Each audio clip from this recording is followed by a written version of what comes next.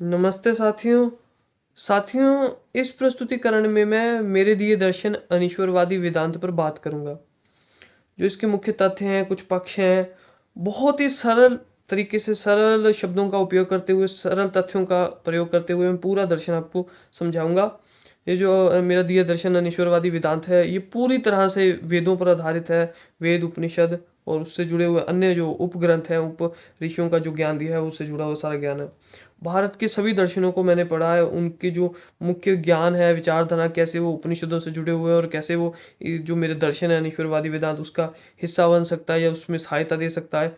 और अनेकों तथ्यों, तर्कों का हिस्सा बनाते हुए एकदम मजबूत जो दर्शन है, जिसका खंडन करना बहुत हद तक कठिन है, नामुमकिन ही कहा जा सके एक हद तक, वो भी कह सकते हैं हम। धीरे धीरे हम इस पर बातें करते जाएंगे, इसके तथ्यों पर समझते जाएंगे और बहुत ही सरलता से सब चीज़ें इसमें आपको समझ आ जाएंगी। कई इसमें प्रश्न, कई उसके तर्क, उत्तर, बहुत सारी चीज़ें जुड़ी हुई हैं, व्याख्याएं, चीज़ें बहुत इसमें जुड़ी हुई हैं। तो बात करें तो अनीश्वरवादी वेदांत के कुछ तथ्यों से हम शुरू करते हैं और आगे बढ़ते बढ़ते बातें करेंगे सभी तथ्यों पर जो मैं आज बताना चाहता हूँ। इस प्रस्तुतिकरण में उन मुख्य तथ्य पर, मुख्य जो तथ्य मैं बताना चाहता हूँ उन पर बात करेंगे।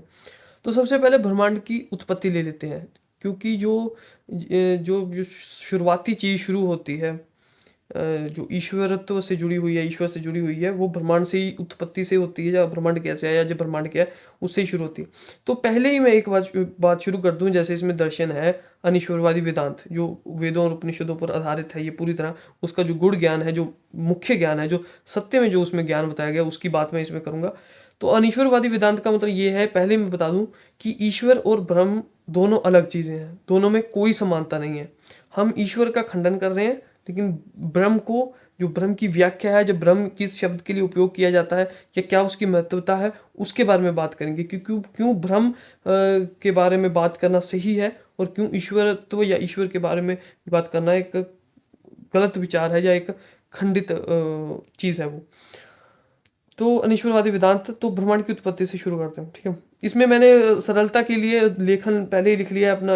अनीश्वरवादी वेदांत जिन तथ्यों पर मैं बात करूंगा, पहले से मैंने उन चीज़ों के बारे में लिख लिया है और उसके बारे में सोच लिया है कि आपको सिंपल तरीके से कैसे समझाना। तो ब्रह्मांड की उत्पत्ति पर कुछ टिप्पणियां हैं इसमें, इस दर्शन में। यदि आप ये कहेंगे कि ब्रह्मांड की उत्पत्ति ईश्वर ने की है, तो फिर बताइए कि ईश्वर की उत्पत्ति किसने की। यदि आप ये कहेंगे कि ईश्वर की उत्पत्ति किसी ने नहीं की, ईश्वर स्वयं प्रकट हुआ, तो बिना कहे ही ये तर्क ब्रह्मांड की उत्पत्ति पर भी लागू होगा। यदि आप मानते हैं कि कोई चीज बिना उत्पत्ति के अस्तित्व में आई है, तो फिर ब्रह्मांड की उत्पत्ति के लिए किसी उत्पत्तिकर्ता की आवश्यकता नहीं है। तो पहले जो मैंने टिप्पणी की, इसमें बात यह है कि अगर ब्रह्मांड की उत्पत्ति ईश्वर ने की, तो फिर ईश्वर की उत्पत्ति किसने की।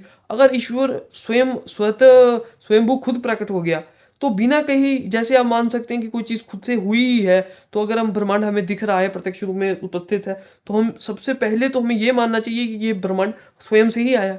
यही हमारा सबसे पहला प्रत्यक्ष अनुभव रहना चाहिए कि हम मान रहे हैं कि कोई चीज़ स्वयं से, हमेशा से है, तो वो ब्रह्मांड ही सबसे पहले होगा। दूसरी चीज पर तो बाद में जाएंगे कि दूसरा कुछ होगा क्या है, वो उस पर बाद में जाएंगे। तो इसी पर आगे टिप्पणी करते हुए, वेदांत तथा सांख्य दर्शन के अनुसार, वेदांत तथा सांख्य दर्शन के अनुसार ब्रह्मांड की उत्पत्ति किसी ने नहीं की। जो उपस्थित है यानी ब्रह्मांड, उसे ही ब्रह्म कहा गया। इस ब्रह्म या ब्रह्मांड का दो रूपों में विस्तार हुआ। निराकार ब्रह्म यानी अनंत शून्य ब्रह्मांडी आकाश, साकार ब्रह्म यानी प्रकृति। बहुत ही महत्वपूर्ण बात समझने वाली है कि जो वेदांत दर्शन है, ये सांख्य दर्शन है, तो इसमें क्या है कि ब्रह्मांड की उत्पत्ति किसने नहीं की। ईश्वर जैसा व्यक्तित्व तो यहाँ नहीं बताया गया है। सांख्य दर्शन हो चाहे वेदांत, उन्होंने कहा जो ब्रह्मांड उपस्थित हुआ, यानी ब्रह्मांड ही उत्पत्ति में आया, स्वयं आया, वो उसे किसी ने उत्पत्ति में लिया। उस ब्रह्मांड, क्योंकि वो अनंत था, अनंत था तो सत्य था, तो सत्य को एक बहुत ही प्रमुख, एक बहुत ही अनेकों तथ्यों के साथ जुड़ता हुआ एक बहुत ही विशेष नाम दिया गया, ब्रह्म। तो वेदांत में जो सत्य है, उसे सत्य नहीं कहा जाता, उसे बहुत एक विशेष नाम दिया गया है, ब्रह्म। क्योंकि ब्रह्म के साथ बहुत सारी चीजें जुड़ी हुई हैं। वो ब्रह्म शब्द बहुत कुछ डिनोट करता है। वो अनंतता को डिनोट करता है, वो शाश्वतता को, अमरता को डिनोट करता है। ब्रह्म शब्द वो एक व्याख्या है, वो कोई अस्तित्व नहीं है, वो एक व्याख्या है सत्य की। तो उसके बारे में बात करेंगे। तो वेदांत दर्शन में बताया कि जैसे ब्रह्मांड का विस्तार हुआ तो क्या है, जब आप यूनिवर्स को देखते हैं तो आपको दिखता है कि एक ब्रह्मांडीय आकाश है, यानी स्पेस है जो अनंतता तक फैला हुआ है। उस अनंतता को बताने के लिए ब्रह्म शब्द इस्तेमाल किया जाता है। ब्रह्मांड शब्द से भी आगे का शब्द जो है वो ब्रह्म शब्द है, कि वृद्धि ही वृद्धि, अनंतता ही अनंतता। और जो साकार ब्रह्म है यानी वो प्रकृति है। जो ये कॉन्सेप्ट है, ये साकार निराकार वाला, आपको बृहदारण्यक उपनिषद के दूसरे अध्याय के तीसरे खंड में, छांदोग्य उपनिषद में, निरालंब उपनिषद में मिल जाएंगे। अगर आप तर्क के हिसाब से जानना चाहते हैं, विज्ञान के हिसाब से जानना चाहते हैं, तो आप जानते ही हैं कि एक जो ब्रह्मांडीय आकाश है, स्पेस है, ये अनंत तक फैला हुआ है। एक प्रकृति है, ये अनंत है, शाश्वत है। तो इन दोनों की व्याख्या की गई है, कोई अलग से कुछ नहीं किया गया, बस उसको निराकार ब्रह्म एक बताया गया। निराकार ब्रह्म क्योंकि वो भी सत्य है, सत्य की व्याख्या की जा रही है। तो मेटाफिजिक्स या फिलोसफी होती ही है जो दिखता है उस पर आधारित होती है, यानी कि जो इसमें बोला जा रहा है वो सत्य में है, ऐसा उसके लिए हमें अलग से सबूत देने की जरूरत नहीं, क्योंकि दिख ही रहा है तो उसे ही कहा जा रहा है। तो इसमें ऐसा नहीं है कि कोई ये माइथोलॉजी है या कुछ पाखंड कीजिए, ऐसा कुछ नहीं है। वेदांत कहीं से नहीं, पूरी तरह से फिलोसफी और मेटाफिजिक्स है। जो वेदांत है पूरी तरह से मेटाफिजिक्स और फिलोसफी पर आधारित है। तो यहाँ तक मेरे दिए अनीश्वरवादी वेदांत दर्शन में आपने ये तथ्य को समझा कि कैसे वेदांत और सांख्य दर्शन में कैसे एक्सप्लेन किया गया है कि ब्रह्मांड की उत्पत्ति किसी ने नहीं की, क्योंकि अगर उसकी किसी उत्पत्ति की होगी तो फिर उसके उत्पत्तिकर्ता को ढूंढना पड़ेगा, और ये स्वयं से हुई है तो ब्रह्मांड भी स्वयं से हुआ है। और सांख्य दर्शन और वेदांत ने उसे स्वयं में बताया है, और इसके जो निराकार साकार भाग है उसको व्याख्यात किया है एक ब्रह्म नाम से, उस सत्य को बताने के लिए, अनंतता को बताने के लिए। फिर बात आती है कि जैसे ये ब्रह्मांड का विस्तार हो रहा है, तो क्या इसे चलाने के लिए किसी व्यक्तित्व की जरूरत है, यानी ईश्वर की जरूरत है, या कुछ भी इसमें घटित होता है, क्या वो ईश्वर कराता है, या इसके जो भी इससे जुड़े तथ्य हैं उसके बारे में आगे मैं आपको टिप्पणी जो मैंने लिखी है इस दर्शन के संदर्भ में वो आपको बताता हूँ। तो सुनिए, इस ब्रह्मांड में किसी भी कार्य के होने के लिए ईश्वर की आवश्यकता नहीं है। उदाहरण द्वारा इस बात को समझते हैं। जैसे यदि कोई कहे कि जैसे कोई कहे कि घर बनाने के लिए या साइकिल चलाने के लिए किसी व्यक्ति की आवश्यकता होती है, वैसे ही ब्रह्मांड को चलाने के लिए भी ईश्वर चाहिए। यदि कोई ऐसा उदाहरण दे तो ये तर्क गलत होगा। घर या साइकिल मानव द्वारा निर्मित विचार है। बात इस तथ्य पर हो रही है कि ब्रह्मांड में जो कुछ भी है वह प्रकृति के नियमों के अनुसार चलता है, और ब्रह्मांड में किसी भी कार्य के होने के लिए ईश्वर की आवश्यकता नहीं है। जैसे कि एक पेड़ का उदाहरण इसमें समझ लीजिए। जैसे एक पेड़ की उत्पत्ति के लिए पेड़ से एक पेड़ का बीज धरती पर गिरा। बीज जिस पेड़ से निकला वो पेड़ प्राकृतिक है, बीज भी प्राकृतिक है। भूमि पर गिरा, भूमि भी प्राकृतिक है, भूमि भी प्रकृति। बारिश जो होगी बीज पर पड़ेगी, बारिश भी प्रकृति।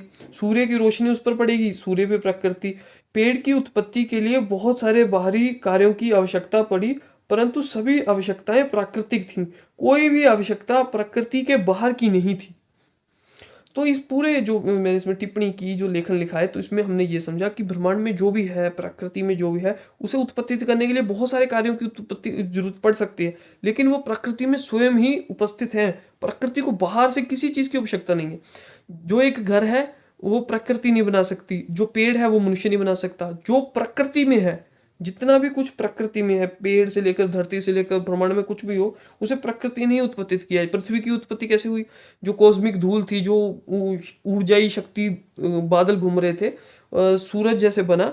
सूरज के बाद की व्याख्या करूं अगर मैं, तो सूरज के गुरुत्वाकर्षण बल से वो ब्रह्मांडीय जो डस्ट थी, कॉस्मिक डस्ट थी, जो बादल कहा जाता है ऊर्जा का, वो इकट्ठा हुआ। उससे कई उसमें म्यूटरेट जो पत्थर होते हैं, जो आकाशीय पत्थर होते हैं, वो उसके साथ जुड़े। ऊर्जा खुद में विस्तार हुआ, और वो सूर्य की गुरुत्वाकर्षण बल के से घूमने लग पड़ी। तो उसे किसी ने बनाया नहीं। जो सूर्य की शक्ति से वो घूमने लगा। पृथ्वी पर जो प्राकृतिक शक्ति थी उसी ने यहाँ पर सब कुछ जीवन शुरू किया, पेड़ पौधे सब कुछ उसने खुद शुरू किया। तो अगर आप ये बोलना चाहते हैं कि प्रकृति को किसी की आवश्यकता है, तो आप बताइए उदाहरण देकर कि प्रकृति में ऐसा क्या है जो प्रकृति स्वयं नहीं उत्पत्ति कर सकती। यानी साकार ब्रह्म कहा गया ना प्रकृति को, तो उसमें क्या ऐसा कमी है जो प्रकृति खुद उत्पत्ति नहीं कर सकती? जितना भी कुछ है, पेड़ पौधे, ये सब प्रकृति के अलग अलग चीजें उसके साथ जुड़ती हैं और प्रकृति की उत्पत्ति करते हैं, और किसी भी चीज की जरूरत प्रकृति को बाहर से नहीं है। देखो, तो हमने समझ लिया कि ब्रह्मांड कैसे विस्तार हुआ, कैसे उसे ब्रह्म की व्याख्या मिली। फिर हमने ये समझ लिया कि प्रकृति को किसी भी बाहरी चीज़ की आवश्यकता नहीं है। फिर बात आती है, एक बहुत मज़ेदार बात आती है कि चेतना। तो चेतना जो अगर प्रकृति किसी जीव में चेतना कैसे उपस्थित करती है, तो इस पर जो व्याख्यान या टिप्पणी मैंने की है, लेखन लिखा, मैं आपको बताता हूँ। प्रकृति एक शक्ति या क्षमता है। प्रकृति एक शक्ति या क्षमता है जिससे ब्रह्मांड का भौतिक अस्तित्व प्रकट होता है। प्रकृति एक शक्ति या क्षमता है जिससे ब्रह्मांड का भौतिक अस्तित्व प्रकट होता है। प्रकृति में जड़ तथा चेतना दोनों उत्पन्न करने की क्षमता है। प्रकृति की शक्ति से उन चीजों में चेतना उत्पन्न नहीं हो सकती जिसमें चेतना को धारण करने की क्षमता नहीं है, जैसे पत्थर, हवा, आग, क्योंकि इन जड़ पदार्थों के पास शरीर या दिमाग नहीं है। धरती पर अनिश्चित संभावनाओं में से एक घटना घटित हुई जिसमें धरती पर एक ऐसा जीव की उत्पत्ति हुई जिसमें चेतना को धारण करने की क्षमता थी। तो फिर प्रकृति की शक्ति द्वारा उस जीव में चेतना उत्पन्न हो गई। जीव जैसे मनुष्य पूरी तरह से प्राकृतिक संरचना है। मनुष्य में जो कुछ भी है वो प्रकृति द्वारा उत्पत्तित होता है। पूरी टिप्पणी को अगर आप ध्यान से समझे तो देखिए, प्रकृति जो है जिससे ब्रह्मांड की उत्पत्ति होती है, प्रकृति एक ऊर्जा है, एक क्षमता है जिसे साकार ब्रह्म भी कहा गया है उपनिषदों में। सिर्फ उसे टिप्पणी की है, उसे नाम दिया गया है। उसके कई उद्देश्य हैं, क्यों नाम वो दिया गया है, वो एक फिलोसफिकल उद्देश्य है। तो प्रकृति को समझे तो प्रकृति में सब कुछ प्रकृति में चेतना, जड़ और दोनों उत्पत्ति करने की क्षमता है। प्रकृति से पत्थर निकलते हैं, आग निकलती है, लकड़ी और हवा चलती है, और मनुष्य भी निकलते हैं, जैसे जीव है उनमें चेतना होती है। तो क्या होता है कि अब प्रकृति में शक्ति है चेतना देने की। पत्थर में तो चेतना दे नहीं सकता क्योंकि उसके पास दिमाग नहीं है, न्यूरॉन्स नहीं है, वो हॉर्मोन्स नहीं है। तो प्रकृति, उसी में प्रकृति के अंदर ही शक्ति है। जो भी चीज, जैसे जीव है, जब वो पैदा हो रहा होता है तो जो उसमें प्रकृति होती है, जो उसमें क्षमता होती है, शक्ति होती है, तो वो प्रकृति ने एक बार सृजन कर दिया है, तो वैसे ही जब उत्पत्ति होता है तो जीव में वो चेतना आ जाती है। शुरुआती समय में संभावित यही हुआ होगा कि जीव बहुत सारे पैदा हुए होंगे जिनमें दिमाग नहीं होता। विकास होने के कारण किसी में दिमाग आ गया होगा, उसमें न्यूरॉन्स आ गए होंगे, तो प्रकृति की शक्ति द्वारा उसमें सृजन हो गया, वो एवोल्यूशन हो गया और उसमें चेतना आ गई। तो वो जीव पहले किसी जेंडर का नहीं होगा, उसका विस्तार करने का तरीका अलग होगा। बहुत सारे इसमें तरीके हैं, बिना रिप्रोडक्शन के कोई कई तरीके हैं, डबल जेंडर जिनमें होते हैं, ऐसे बहुत सारे जीव हैं। तो उनमें सृजन होते होते फिर वो एवोल्यूशन का पढ़ने वाला है, सारा मैं आपको समझा सकता हूँ लेकिन वो बहुत लंबा चला जाएगा। ठीक है, तो ये बात। अब इसके बाद हम बात करेंगे, प्रकृति पर बात होगी, अब हम करेंगे निराकार ब्रह्म पर बात। क्या है निराकार ब्रह्म, इस पर टिप्पणी सुनेंगे। तो निराकार ब्रह्म यानी अनंत शून्य ब्रह्मांडीय आकाश। निराकार ब्रह्म यानी अनंत शून्य ब्रह्मांडीय आकाश। निराकार ब्रह्म जो है वो चेतना नहीं है, क्योंकि चेतना का बिना शरीर या दिमाग के अस्तित्व नहीं हो सकता। यदि आपको लगता है कि निराकार ब्रह्म चेतना है तो उदाहरण देकर बताइए बिना शरीर या दिमाग के चेतना का अस्तित्व। इस पर थोड़ी बहुत ज़्यादा पिछले पिछले कुछ तथ्यों पर भी बात करनी पड़ेगी, लेकिन आप ज़रा समझिए कि जो निराकार ब्रह्म है, यानी ये ब्रह्मांडीय आकाश है जो ये अनंतता तक फैला हुआ है, ये शून्य है, इसमें कुछ है नहीं, निर्गुण है, शून्यता में समाया हुआ है। तो ये चेतना नहीं हो सकता। एक वेदांत की कुछ जो सेक्ट हैं, जो जो उप इसमें से निकली हुई हैं शाखाएं, उसमें ऐसा है कि जो निराकार ब्रह्म है उसे चेतना बताया गया। तो चेतना किस आधार पर बताया गया है? क्योंकि चेतना बिना शरीर के अस्तित्व नहीं हो सकती। अगर आपको बताना पड़ेगा कि बिना शरीर भी नहीं है, जैसे कोई जीव है, शरीर भी नहीं है, उसका दिमाग भी नहीं है और चेतना घूम रही है, तो ऐसे निराकार ब्रह्म वो नहीं हो सकता। वो अनंत शून्य ब्रह्मांडी आकाश ही है। तो इसमें एक और बात आती है कि निराकार ब्रह्म के बारे में और बहुत बातें होती हैं कि निराकार ब्रह्म, साकार ब्रह्म, एक ईश्वर। तो इसमें बहुत सारी बातें आती हैं। तो इसके बारे में जितने भी हमने पहले तथ्य जिन पर भी बात कर ली है, जैसे कि ब्रह्मांड की उत्पत्ति कैसे हुई, उसमें भी हमने देखा आवश्यकता नहीं है।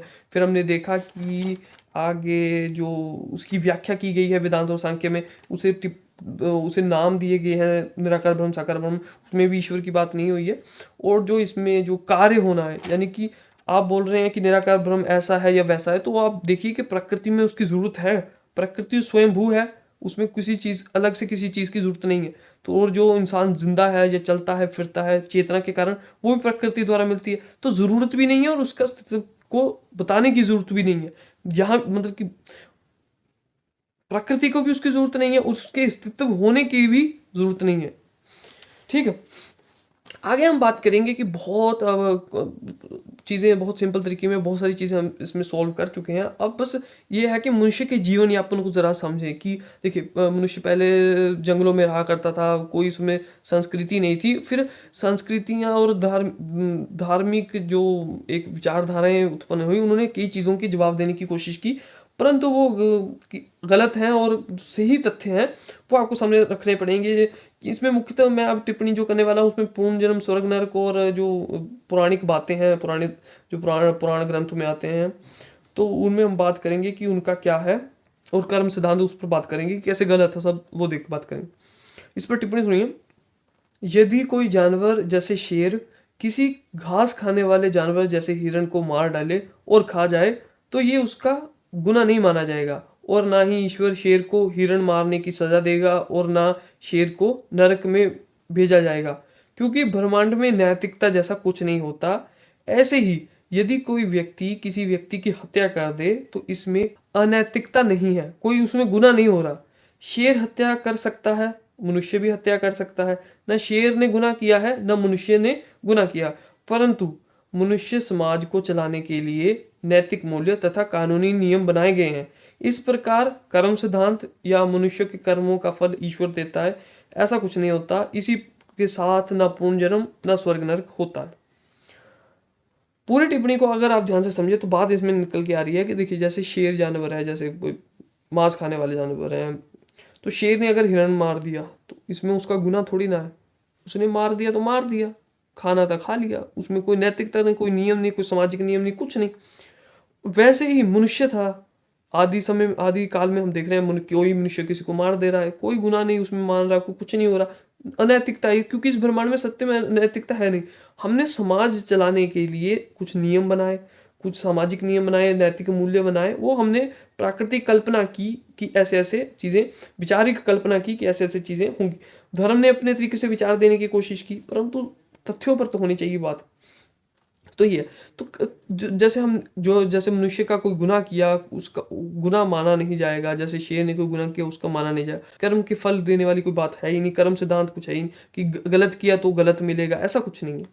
फिर पूर्ण जन्म नहीं है, क्योंकि अगर हिरण ने शेर ने हिरण मार दिया या ये कर लिया तो उसको स्वर्ग में अब नरक में जाकर उसे तला जाएगा, ये किया जाएगा, वो किया जाएगा, तो ऐसा नहीं है। तो पूर्ण जन्म करा के उसकी सजा देने का कोई मतलब नहीं बनता। क्यों वैसे ही फिर मनुष्य पर बात आ जाती है कि वो कुछ भी करे तो उसमें, लेकिन सिर्फ सामाजिक नियम बनाए गए हैं जो ठीक है, वो जो सत्य है कि अब सामाजिक नियम तो बनाने पड़ेंगे और कानूनी नियम बनाने पड़ेंगे, लेकिन असल में नैतिकता और वैसा कुछ नहीं है कि कर्मों के फल ऐसे ईश्वर देता है, ऐसा कुछ है नहीं है। ये सिर्फ बनाई हुई चीजें हैं। जैसे शेर, जैसे मैंने बोला शेर हत्या कर सकता है, मनुष्य भी हत्या कर सकता है, ना शेर का ये गुनाह है ना मनुष्य का ये गुनाह है, लेकिन समाज को चलाने के लिए ये करना पड़ेगा। जो हमारे कुमारिल भट्ट हैं, जो मीमांसा दर्शन के गुरु रह चुके हैं, आचार्य रह चुके हैं, उन्होंने बड़ी मज़ेदार बात की थी कि ईश्वर है या नहीं है, परंतु जो मनुष्य को जो नैतिक कार्य करना नहीं छोड़ना चाहिए, ये वाली बात इस वहाँ पर आ जाती है। ठीक है, उसी पर मैंने उदाहरण दिया कि कैसे ईश्वर की जरूरत नहीं है हमारे कर्मों को फल देने का, ना ऐसा कुछ होता है गुनाह वगैरह, और सारे दर्शन को आप समझ सकते हैं जैसे जैसे मैं चीजें बताते आ रहा हूँ। अब बात करते हैं कि जो मेरे ये दर्शन है अनीश्वरवादी वेदांत, इसमें मोक्ष की क्या धारणा है, जो जिसे बोधत्व भी कहा जाता है, निर्वाण कहा जाता है, सत्य की प्राप्ति कहा जाता है, अनेकों संस्कृतियां अनेकों नाम दिया है। तो इसमें बहुत कॉम्प्लेक्स है लेकिन समझने के लिए, लेकिन आपको सरलता से समझा दूंगा। पहले टिप्पणी सुनिए जो मैंने व्याख्यान लिखा है इसमें। जब मनुष्य अपनी यादों, विचार तथा प्रत्यक्ष अनुभव को देख या समझ रहा होता है, तब वह कल्पना कर रहा होता है। जगत में सत्य में घटनाएं घटित होती हैं, परंतु मनुष्य उन घटनाओं या प्रत्यक्ष अनुभव की कल्पना या विचार कर रहा होता है। कल्पना में जो विचार तथा भावनाएं होती हैं वह मिथक हैं, मिथ्या हैं। मनुष्य के लिए केवल विचारहीन या निर्विचार या शून्य विचार स्थिति ही सत्य है। विचार तथा भावनाएं कल्पना है, वह मिथ्या है। तो ये जो निर्माण बोधत्व जो है, जो मोक्ष पाने की बात है, ये जो विचार है आपको अष्टावक्र गीता में, ये ऋषि योग जो विशिष्ट हैं उनकी पुस्तक योग विशिष्ट में मिल जाएंगे। फिर आदि शंकराचार्य द्वारा आपको ये ज्ञान मिल जाएगा, और अनेकों इसके अन्य जो भारतीय दर्शन है उनमें भी इसका विचार आपको मिल जाएगा। न्याय, मीमांसा, योग, बुद्धिज्म, सांख्य, और भारत के सभी दर्शनों में। भक्ति का कहीं किसी भी भारतीय दर्शन में भक्ति का कोई प्रावधान नहीं है, वो केवल कल्पना के अंदर व्यवहारिकता में आ जाता है। सभी ने केवल ज्ञान मार्ग बोला, ज्ञान मार्ग से जानना। तो बात क्या है कि ध्यान से समझिए, मनुष्य की यानी जीव की, मनुष्य की जो यादें होती हैं, विचार होते हैं, और प्रत्यक्ष अनुभव, जैसे कि मैं अब बात कर रहा हूँ, देख रहा हूँ, ये मैं कल्पना कर रहा हूँ, इस मतलब कि देख रहा हूँ, दिमाग से सोच रहा है, मैं इसे देखकर सोच रहा हूँ, ये मैं इसकी कल्पना कर रहा हूँ। इसके साथ क्यों मैं ये कर रहा हूँ, क्या होगा इसका प्रभाव, क्या मैंने अब किया था, पहले क्या किया था, इस प्रस्तुतिकरण से पहले मैं कहा था, कहाँ मैं क्या कर रहा था, ये सभी उसके साथ जुड़े हुए विचार, क्यों कर रहा था, ये सब कल्पना है मेरी। जैसे ही कल्पना को छोड़ दूंगा, ये मिथक है, ये संसारिक चीज है, इस संसार की हर विचारिक चीज यही की मिथक है, यही रह जानी, यही मिथक है। और ये शरीर, इस शरीर में दो मैं हैं, एक मेरा शारीरिक मैं, और एक मेरा जो ये बोल कौन रहा है यहाँ पर, वो चेतना मैं। तो ये चेतना जब जब आगे की भौतिक मैं यानी कि शरीर मिट जाता है, निरालंब उपनिषद और अष्टावक्र गीता और बहुत सारे अनेकों ग्रंथ है उसमें ये बताया गया, जब शरीर की ये कल्पना, ये मिथकता निकल जाती है, तो केवल वो जो साक्षी चेतना है वो दिखाई देती है।